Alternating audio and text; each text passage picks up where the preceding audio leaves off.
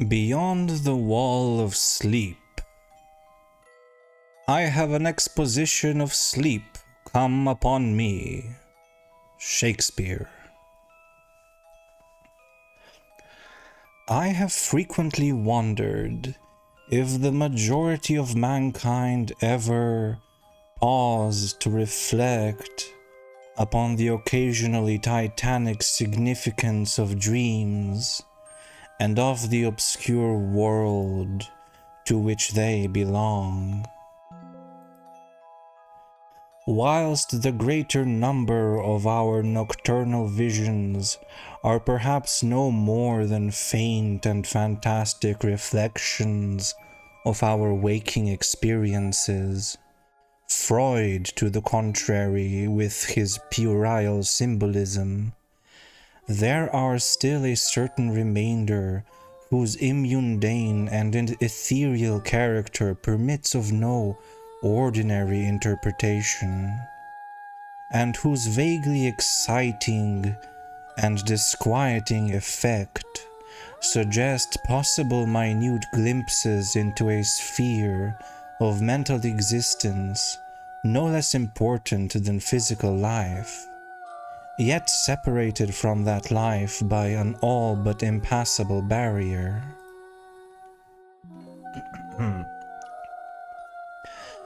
From my experience, I cannot doubt but that man, when lost to terrestrial consciousness, is indeed sojourning in another and uncorporeal life of far different nature from the life we know, and of which only the slightest and most indistinct memories linger after waking. From those blurred and fragmentary memories we may infer much, yet prove little. We may guess that in dreams life, matter, and vitality as the earth knows such things are not necessarily constant, and that time and space do not exist as our waking selves comprehend them. Sometimes I believe that this less material life is our truer life, and that our vain presence on the terraqueous globe is itself the secondary or merely virtual phenomenon.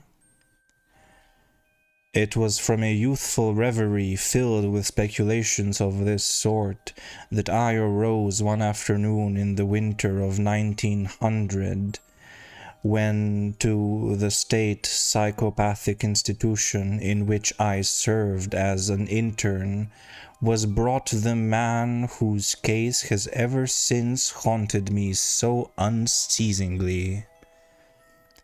His name, as given on the records, was Joe Slater, or Slader, and his appearance was that of the typical denizen of the Catskill Mountain region, one of those strange, repellent scions of a primitive colonial peasant stock, whose isolation for nearly 3 centuries in the hilly fastness of a little-traveled countryside has caused them to sink to a kind of barbaric degeneracy, rather than advance with their more fortunately placed brethren of the thickly settled districts.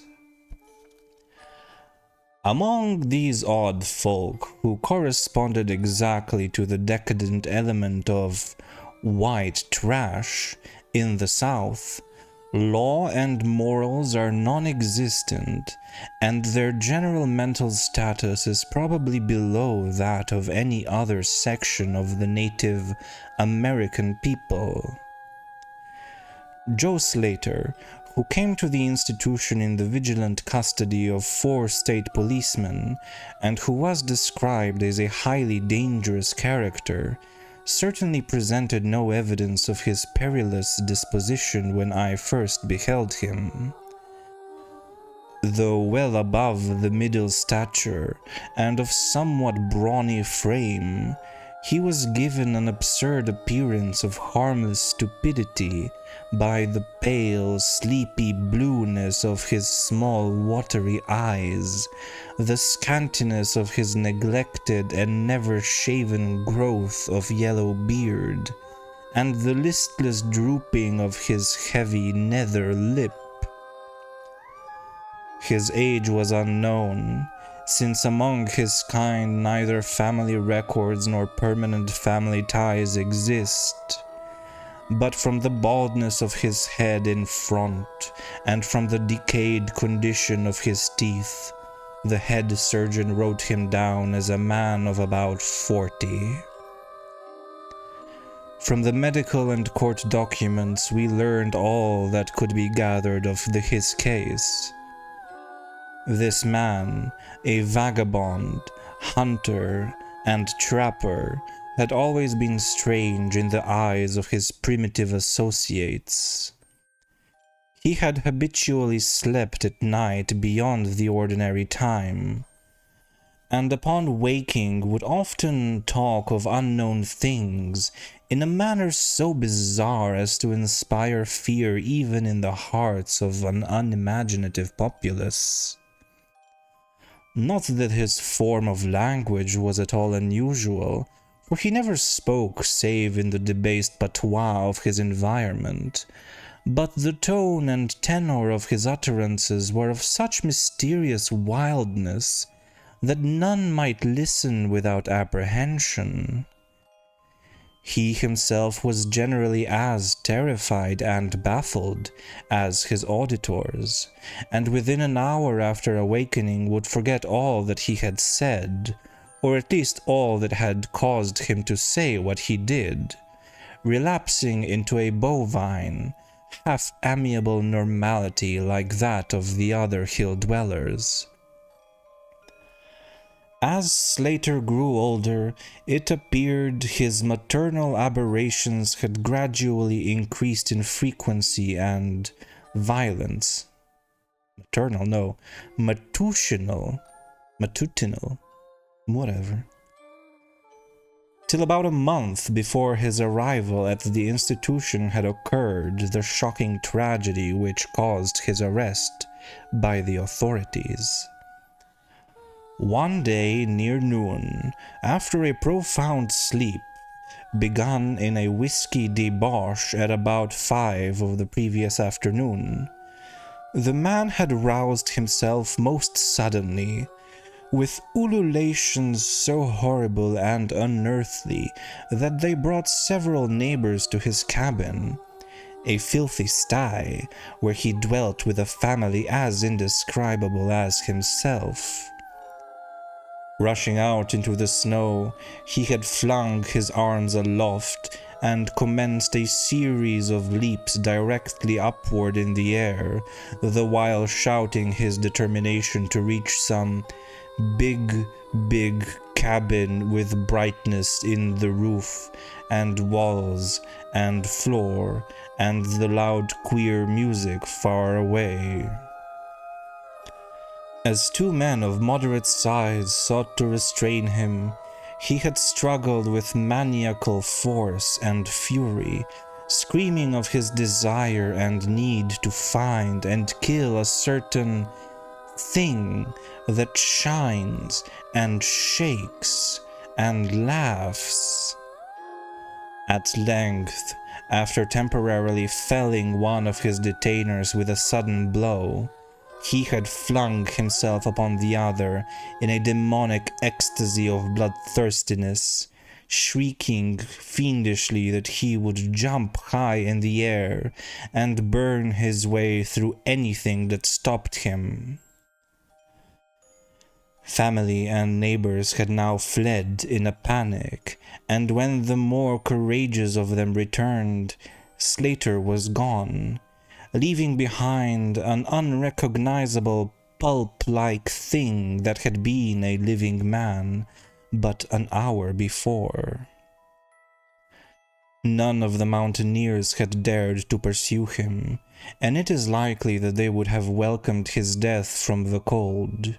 But when several mornings later they heard his screams from a distant ravine, they realized that he had somehow managed to survive, and that his removal in one way or another would be necessary. Then had followed an armed searching party, whose purpose, whatever it may have been originally, became that of a sheriff's posse after one of the seldom popular state troopers had by accident observed, then questioned, and finally joined the seekers. On the third day, Slater was found unconscious in the hollow of a tree and taken to the nearest jail, where alienists from Albany examined him as soon as his senses returned. To them he told a simple story. He had, he said, gone to sleep one afternoon about sundown after drinking much liquor. He had awakened to find himself standing bloody-handed in the snow before his cabin, the mangled corpse of his neighbor Peter Slater at his feet. Horrified, he had taken to the woods in a vague effort to escape from the scene of what must have been his crime. Beyond these things, he seemed to know nothing, nor could the expert questioning of his interrogators bring out a single additional fact. That night, Slater slept quietly, and the next morning he wakened with no singular feature save a certain alteration of expression. Dr. Barnard, who had been watching the patient, thought he noticed in the pale blue eyes a certain gleam of peculiar quality, and in the flaccid lips an all but imperceptible tightening, as if of intelligent determination. But when questioned, Slater relapsed into the habitual vacancy of the mountaineer, and only reiterated what he had said on the preceding day. On the third morning occurred the first of the man's mental attacks. After some show of uneasiness in sleep, he burst forth into a frenzy so powerful that the combined efforts of 4 men were needed to bind him in a straitjacket. The alienists listened with keen attention to his words, since their curiosity had been aroused to a high pitch by the suggestive yet mostly conflicting and incoherent stories of his family and neighbors. Slater raved for upward of 15 minutes, babbling in his backwoods dialect of great edifices of light, oceans of space, strange music, and shadowy mountains and valleys. But most of all did he dwell upon some mysterious blazing entity that shook and laughed and mocked at him. This vast, vague personality seemed to have done him a terrible wrong, and to kill it in triumphant revenge was his paramount desire. In order to reach it, he said, he would soar through abysses of emptiness, burning every obstacle that stood in his way. Thus ran his discourse, until with the greatest suddenness he ceased. The fire of madness died from his eyes, and in dull wonder he looked at his questioners and asked why he was bound. Dr. Barnard unbuckled the leathern harness and did not restore it till night, when he succeeded in persuading Slater to don it of his own volition for his own good. The man had now admitted that he sometimes talked queerly, though he knew not why. Within a week, 2 more attacks appeared, but from them the doctors learned little. On the source of Slater's visions they speculated at length, for since he could neither read nor write, and had apparently never heard a legend or fairy tale, his gorgeous imagery was quite inexplicable. That it could not come from any known myth or romance was made especially clear by the fact that the unfortunate lunatic expressed himself only in his own simple manner. He raved of things he did not understand and could not interpret, things which he claimed to have experienced but which he could not have learned through any normal or connected narration. The alienists soon agreed that abnormal dreams were the foundation of the trouble, dreams whose vividness could for a time completely dominate the waking mind of this basically inferior man.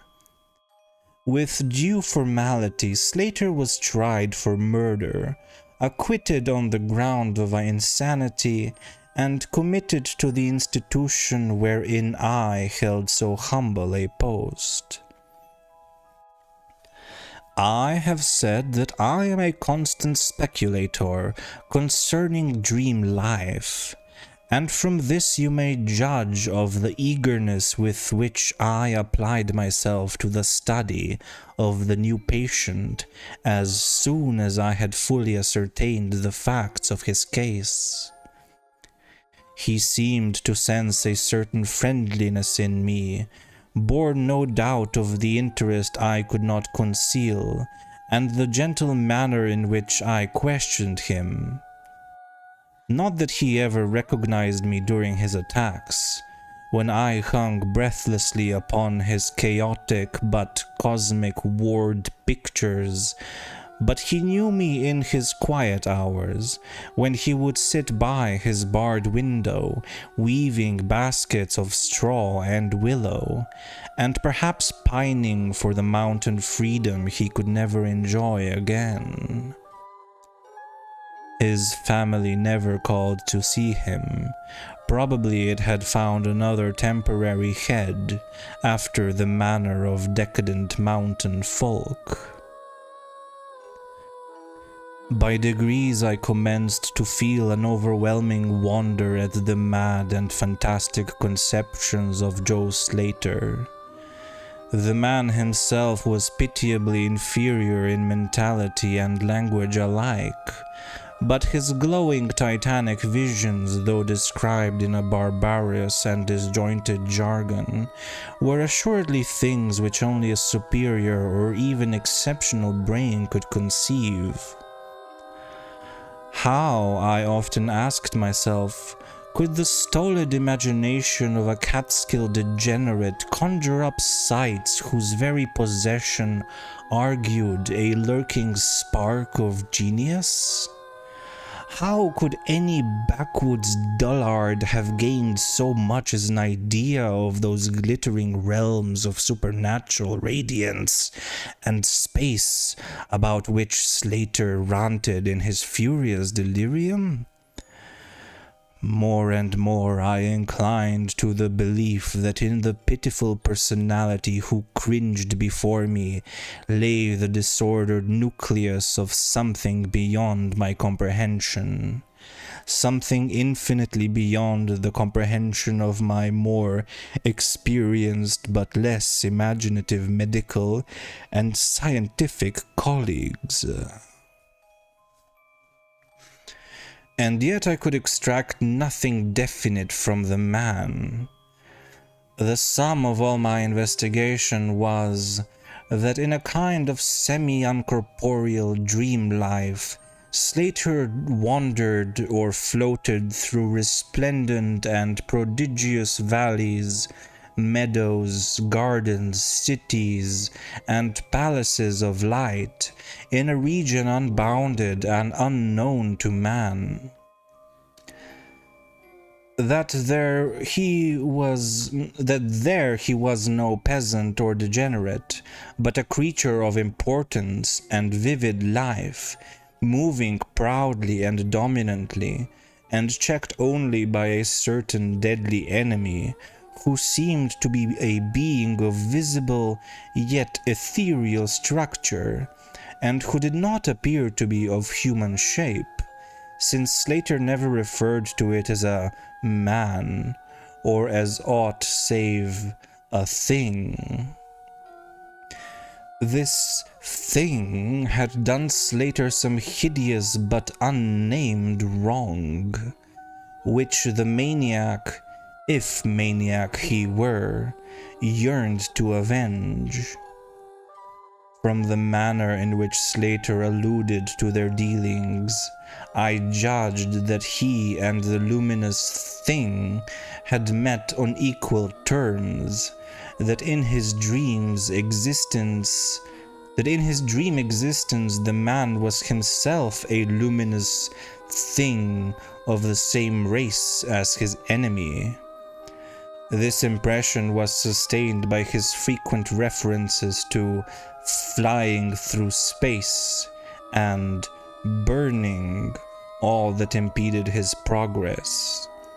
Yet these conceptions were formulated in rustic words wholly inadequate to convey them, a circumstance which drove me to the conclusion that if a true dream world indeed existed, oral language was not its medium for the transmission of thought.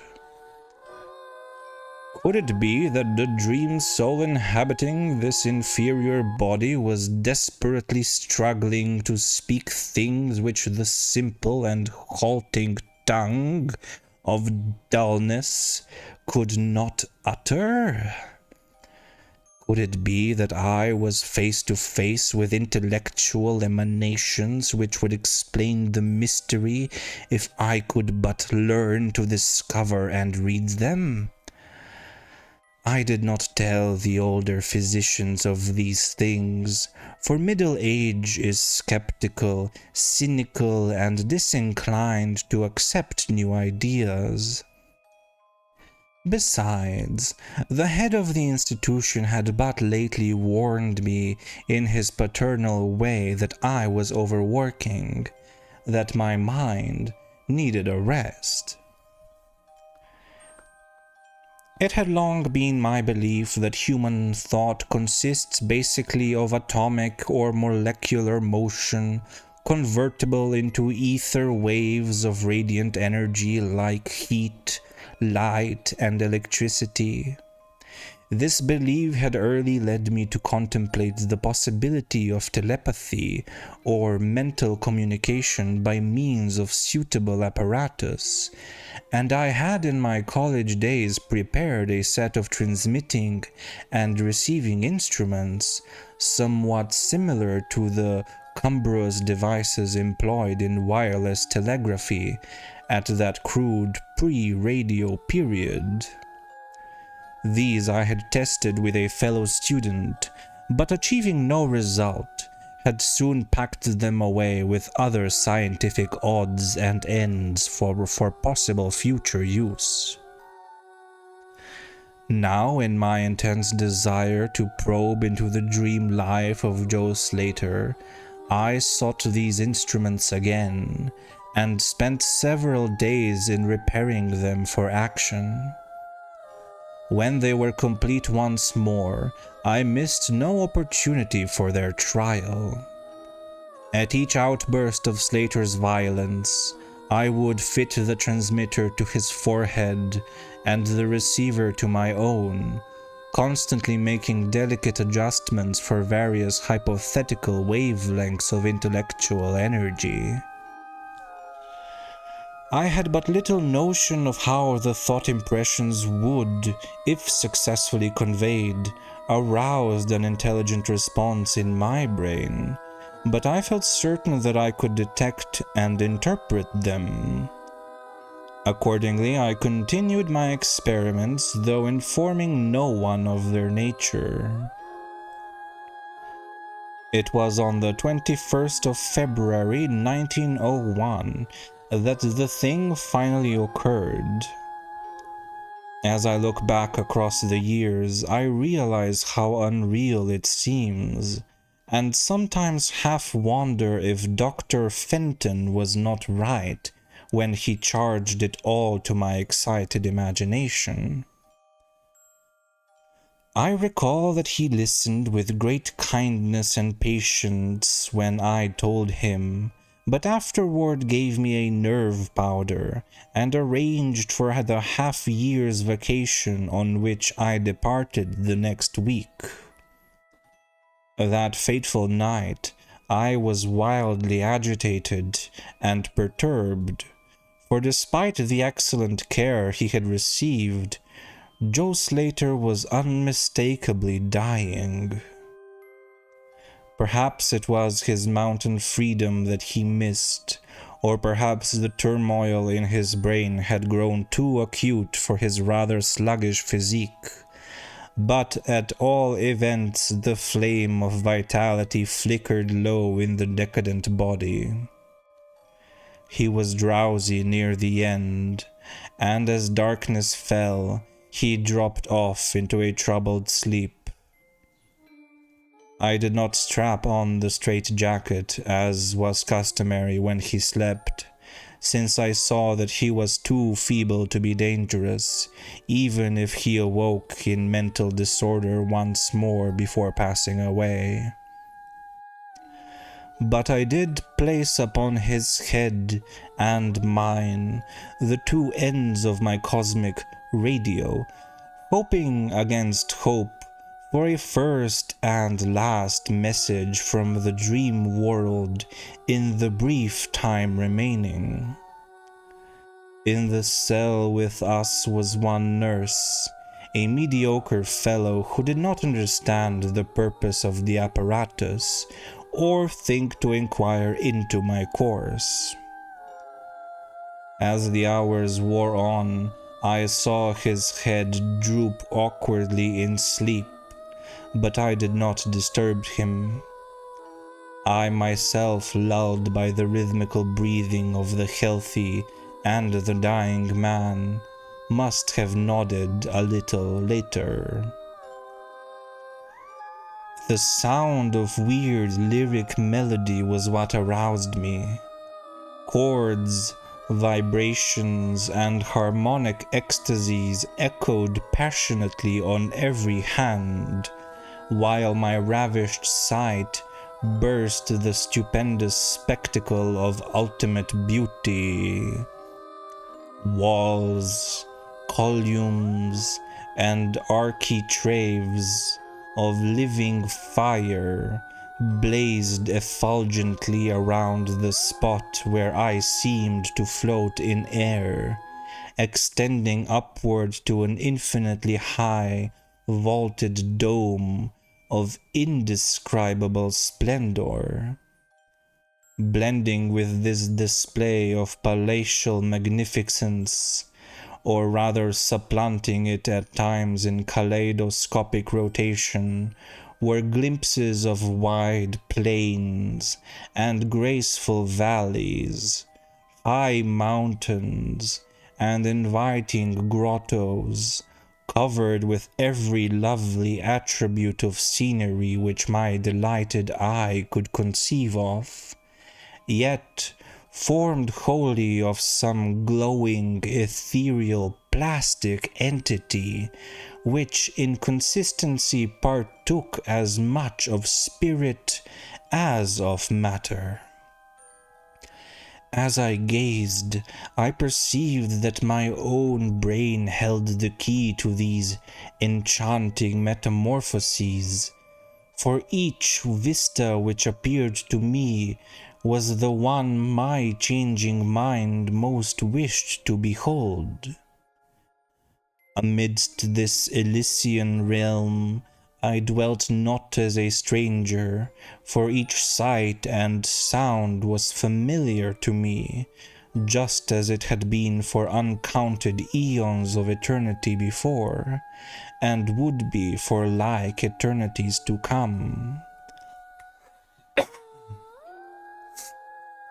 Then the resplendent aura of my brother of light drew near and held colloquy with me, soul to soul, with silent and perfect interchange of thought. The hour was one of approaching triumph, for was not my fellow being escaping at last from a degrading periodic bondage, escaping forever and preparing to follow the accursed oppressor, even unto the uttermost fields of ether, that upon it might be wrought a flaming cosmic vengeance which would shake the spheres? We floated thus for a little time, when I perceived a slight blurring and fading of the objects around us, as though some force were recalling me to earth, where I least wished to go. The form near me seemed to feel a change also, for it gradually brought its discourse toward a conclusion, and itself prepared to quit the scene, fading from my sight at a rate somewhat less rapid than that of the other objects. A few more thoughts were exchanged, and I knew that the luminous one and I were being recalled to bondage, though for my brother of light it would be the last time.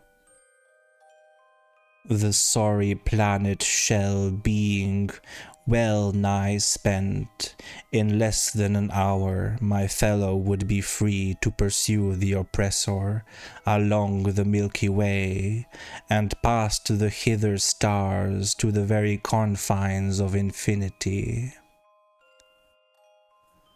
A well-defined shock separates my final impression of the fading scene of light from my sudden and somewhat shame-faced awakening, and straightening up in my chair as I saw the dying figure on the couch move hesitantly. Joe Slater was indeed awaking, though probably for the last time. As I looked more closely, I saw that in the sallow cheeks shone spots of color which had never before been present. The lips, too, seemed unusual, being tightly compressed, as if by the force of a stronger character that had been Slater's. The whole face finally began to grow tense, and the head turned restlessly with closed eyes.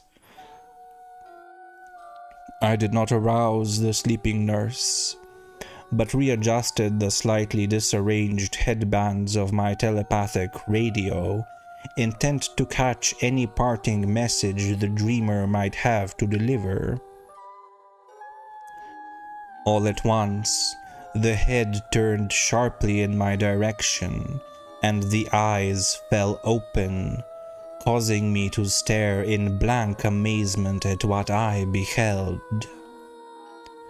The man who had been Joe Slater, the Catskill decadent, was now gazing at me with a pair of luminous, expanded eyes, whose blue seemed subtly to have deepened.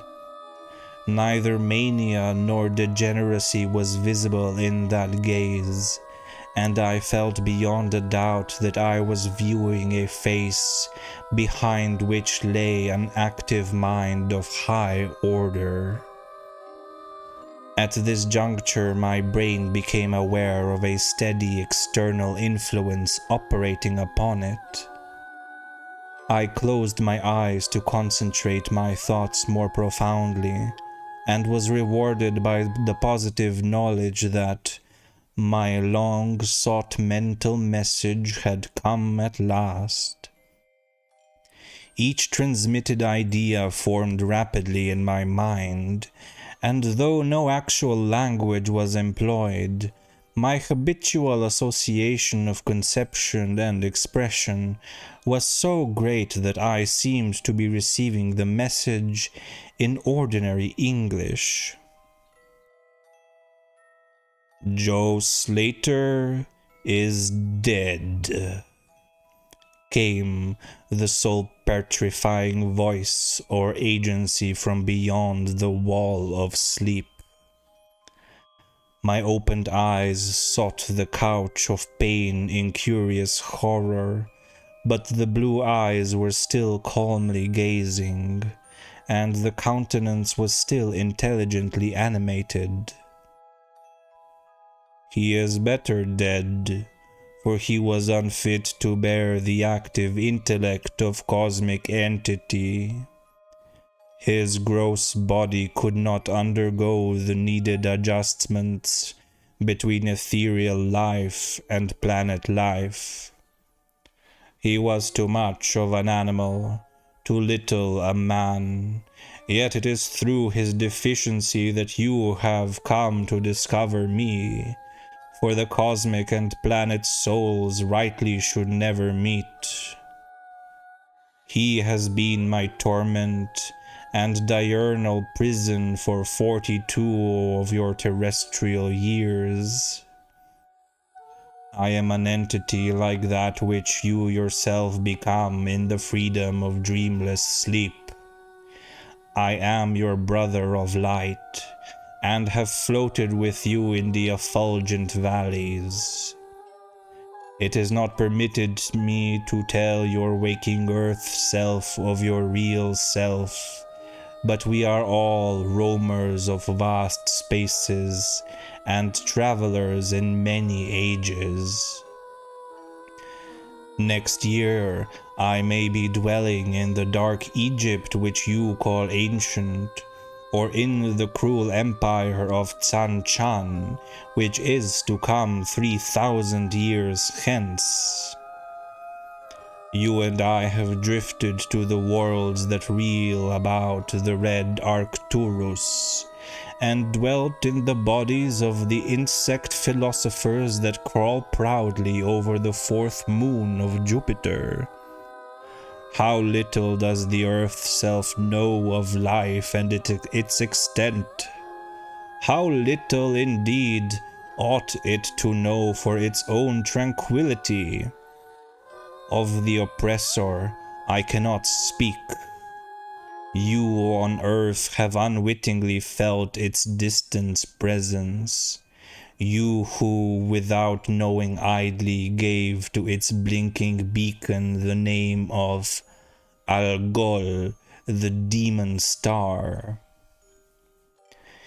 It is to meet and conquer the oppressor that I have vainly striven for eons, held back by bodily encumbrances. Tonight I go as a nemesis, bearing just and blazingly cataclysmic vengeance. Watch me in the sky, close by the demon star. I cannot speak longer, for the body of Joe Slater grows cold and rigid, and the coarse brains are ceasing to vibrate as I wish. You have been my friend in the cosmos. You have been my only friend on this planet, the only soul to sense and seek for me within the repellent form which lies on this couch. We shall meet again, perhaps in the shining mists of Orion's sword, perhaps on a bleak plateau in prehistoric Asia, perhaps in unremembered dreams tonight, perhaps in some other form an eon hence, when the solar system shall have been swept away.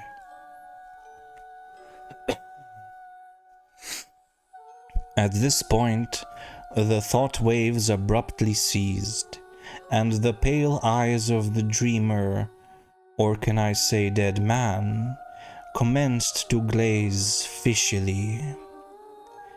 In a half stupor I crossed over to the couch and felt of his wrist, but found it cold, stiff, and pulseless.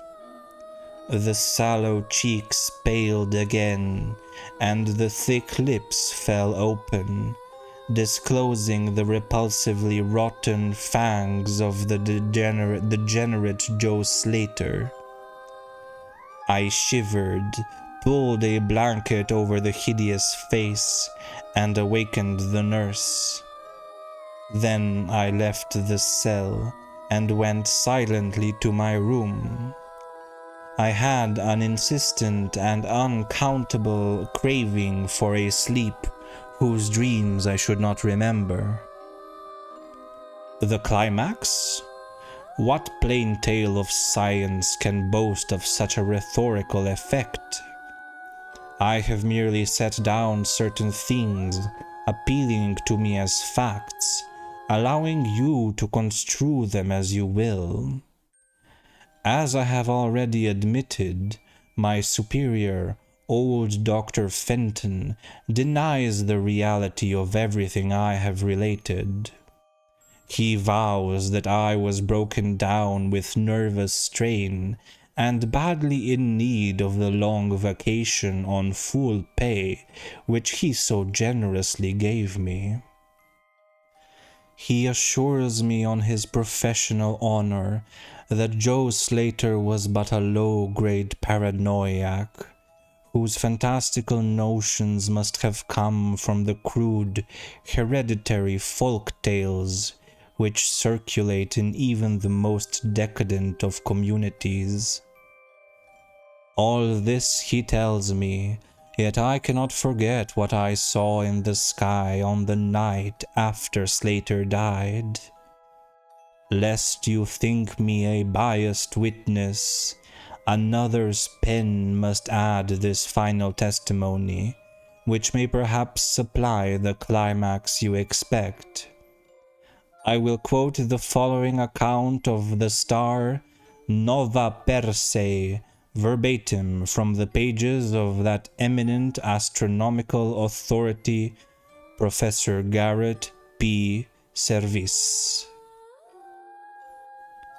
On February 22nd, 1901, a marvelous new star was discovered by Dr. Anderson of Edinburgh, not very far from Algol. No star had been visible at that point before. Within 24 hours, the stranger had become so bright that it outshone Capella.